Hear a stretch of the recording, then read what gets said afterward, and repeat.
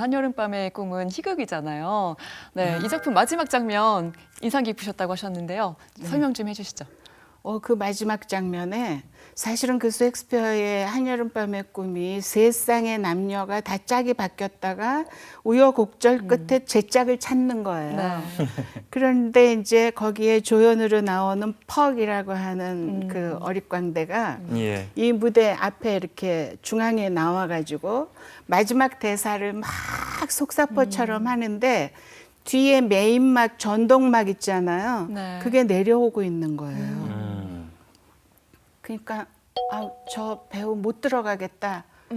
저 막이 다칠 것 같은 거예요. 네. 그래서 막 아슬아슬한데 마지막 대사를 딱 끝내고 이 가운데에서 저 끝에 프로세니엄 그 아치 있잖아요. 네. 네모난 무대잖아요.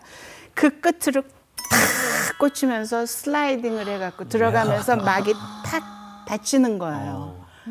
근데 정말 진짜로 한 호흡에 온 몇백 명의 관객이 다 일어나서 박수치고 환호성을 쳤어요.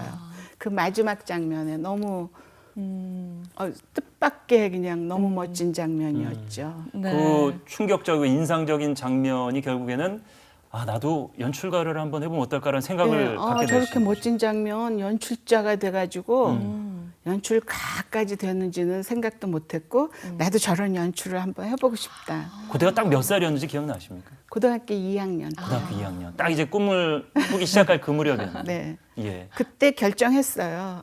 제 일생 앞날에 해야 할 일을. 네. 그때 결정하시고 결국에는 선택을 이제 하게 되신 게 중앙대학교 연극영화과를 입학하게 되셨는데 네네. 근데 이게 저도 이제 좀 예전 얘기긴 합니다만 이제 95년에 저도 네. 당시 우리나라 이제 영화 그 왕가희 감독이 굉장히 인기를 얻을 무렵에 저도 영화 감독 한번 해보고 싶다는 마음으로 지원을 했었거든요. 똑 예. 떨어졌는데 근데 저 때는 연출학과가 따로 있었어요. 예. 근데 우리 대표님 계실 때는 그냥 연극영화과만 덩그러니 있었단 말이에요. 네네. 40명 정원 뽑아가지고 이제 들어가고 난 다음에 연출할 거냐, 연기할 거냐, 영화 할 거냐, 네. 뭐 연극할 거냐 이런 건데 거의 다 연기하겠다는 거죠. 그렇죠. 그래서 저는 연출하겠다고 하니까 뭐 연출한다고? 우리나라에서 여자가 어떻게 연출하겠다고? 사실 그때 지금 생각해 보면 강유정 선생님이라고 배우 출신 여성 연출가 딱 한 분이었어요. 네. 그랬는데 연세가 높으셨죠. 그래서 아니 너무 이거는 청천벽력 같은 소리여가지고 아니 왜 여자가 연출 못한다는 거예요 우리나라에서? 그랬더니 야 생각을 해봐라. 4년 졸업하고 네. 3년 군대 갔다 와서 극단에 3년 들어가서 조연출을 하면 아이고. 벌써 10년인데 예. 남자도 그래도 연출가가 되기 어려운데 여자가 어떻게 하겠다는 거냐. 네. 저도 뭐 10년 잡죠. 음. 이렇게 생각했죠. 군대 3년 빼면 되니까 좀 유리하다고 저는 생각이 드는데 저기 교수님이 조금 너무 남성 중심적인 사고를 가지고 계셨던 것 같아요. 예, 그러셨어요. 그 젊은 교수님이셨는데도 전공 바꿔라 이렇게 복도에서 만나면 이렇게 불러가지고 전공 바꿔. 연기해 이렇게. 무슨 연출이야 이렇게. 근데 어떻게 고집을 안 꺾으시고 계속 하셨어요? 그런데 이제 저희 스승님 만나게 된 거예요. 극단 고향을 만드신 이원경 선생님이 네. 지금은 뭐 돌아가신 지 올해 예. 10주기가 됐는데요. 그 선생님이 어느 날 이렇게 정말 그 여자 연출 안 된다고 그래갖고 부르터가지고 돌아다니고 있는데 왜 안 된다는 거야 막 이러면서 그런데 선생님이 정말 강아지 부르듯이 이렇게 저보고 오라고 저기 네. 학과실에서 부르셔서 가보니까 예. 내가 연출론을 쓰려고 하는데 원고지 쓰는 거 귀찮아서 녹음해 놓고 있거든. 그걸 좀 원고지로 옮겨주겠니? 이러시는 거예요. 네. 연출론이요? 깜짝 놀랐죠. 당연히 제가 해야죠. 그래가지고 이제 선생님에게 발탁이 됐는데 극단 고향 연출부에 이끌어 주시고 그러니까 벌써 제가 74학번인데 이미 1학년 때에 기성극단에서 같이 그 병행해서 이야. 학교와 극단을 병행하게 됐어요. 너무 좋은 기회를 주셨네요. 아니 그 앞서서 무슨 여자가 남자도 10년 걸리는데 연출을 어려운데 여자가 하려고 그랬던 그 교수님은 바로 코가 납작해지셨겠네요. 예, 그죠? 젊으신 교수님이셨는데 오히려 우리 이 선생님은 그때 환갑이 되셨어요.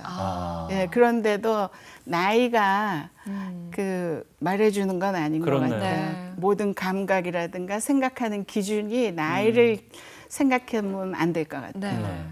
그렇게 이제 대학교 1학년 때 이미 가능성을 노 교수에게 발탁이 되면서 사실상의 이제 입문을 그때 이제 하게 되신 건데 네. 연극계에 특히나 여성 연출가가 없을 시절에 어려운 연극계 안에서 얼마나 힘들었을까 가늠이 안 되는데 아, 어려운 얘기는 하고 싶지 않아요. 되돌리고 싶지 않아요. 짧게만 저희가 들어볼게요. 네, 근데 그 땅 고향의 선생님들은 그렇지 않으셨어요.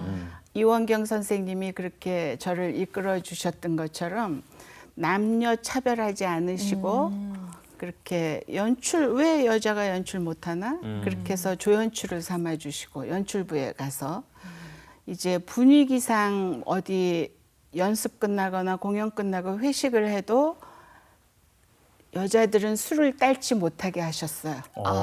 네. 예. 제가 조연출이니까 선생님 첫 잔을 제가 따라드리겠습니다. 이렇게 같이 회식을 시작할 때 예. 그래도 딱 이렇게 손으로 술잔 딱 막으시고 이야. 어디 가서 술 따라 버릇하지 마라. 기생이나 하는 짓이다. 이렇게 하셨어요. 그러니까 그렇게 엄격한 분위기 속에서 제대로 잘 배우면서 컸죠. 네. 예. 그러면은 첫 작품 연출하셨던 이야기 좀 해주세요. 둘이 서서 한 발로라는 작품이 첫 연출작이셨죠? 네네. 어떤 분들이 좀 참여하셨나요? 제가 10년을 계획을 했는데 4년에 이루게 됐어요. 이야. 연출자가 되는 거를 대학 졸업하면서 거의 동시 4학년 때. 네. 와, 네. 3년을 정말 3년 반을 열심히 조연출해가지고 무대 감독도 하고 그렇게 해서 이원경 선생님께서 창고극장을 76년에 만드셨는데요. 네. 대한민국 연극제라는 게 생기기 전에 이미 그 창작극 시리즈 이런 걸 하셨거든요. 그 시리즈 중에 하나를 제가 연출 맡게 됐어요. 네. 근데 그 작품에 제가 4학년임에도 불구하고 아까 말씀하신 그 연출도 하시면서 연기도 하셨던 박용기 선생님 예. 그리고 대선배이신 유태균 선배님 또 한상미 선배님 또 비슷한 연배이지만 선배인 조석준 선배님 이런 분들이 출연을 해주셨어요. 네. 제가 캐스팅을 했을 때 마다하지 않으시고 예. 그러니까 이 첫 번째라는 기억이 굉장히 네. 머리에 남아 있는데 연출의 기회를 주신 선생님도 감사하고 네. 출연해 주신 분들도 감사했죠. 그렇게 연출할 수 있게 기회 주신 거 그거는 뭐 지금도 기록이 깨지지 않은 것 같아요. 그 기성극단을 학생 신분이 연출한다. 이거는 아직 그 기록은 안 깨졌다는 것 그러니까요. 같아요. 네. 특히나 이제 여성 남녀 불문하고 여성 중에서 대학 4학년생이 정식으로 그 연출 데뷔를 한 기록은 아마 그대로 남아 있지 않을까 찾아보면 이런 생각이 근데 드네요. 그때는 내가 잘했으니까 이렇게 생각했는데 네. 세월 지나고 보니까 다 선생님의 배려이셨던 거죠.